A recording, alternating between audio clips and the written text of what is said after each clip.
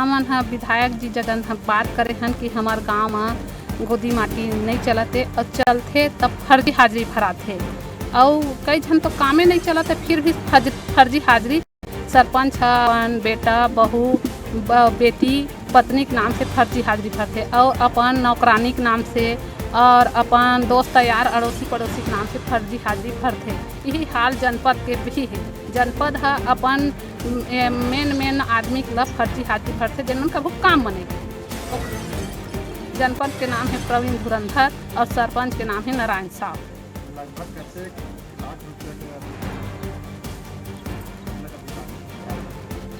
अभी 60 लाख के गमन है। हाँ, हमारे विधायक जी बहुत अच्छा आश्वासन दी से। वो बोली से कि मैं जांच बिल्कुल करवा दी थी।